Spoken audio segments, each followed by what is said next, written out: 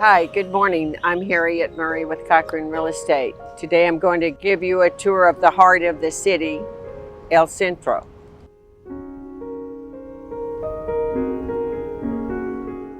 I'm standing in front of the Lady of Guadalupe Church, one of the most iconic churches in Mexico, known for its distinctive crown.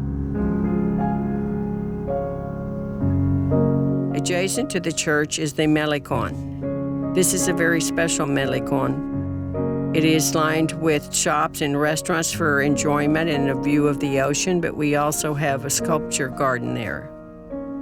Local families and tourists gather in the area for entertainment, dancing, markets with wonderful food and crafts, and they enjoy more restaurants and an art scene.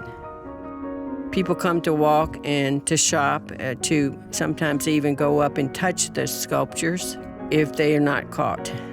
Centro is a historic city center, meaning we were the first one developed around the church and some of the oldest buildings in town. We're between the hotel zone and the romantic zone. There are lots of historic buildings here and homes, and some have been restored, and they're quite wonderful to go see. It's a walkable neighborhood close to everything.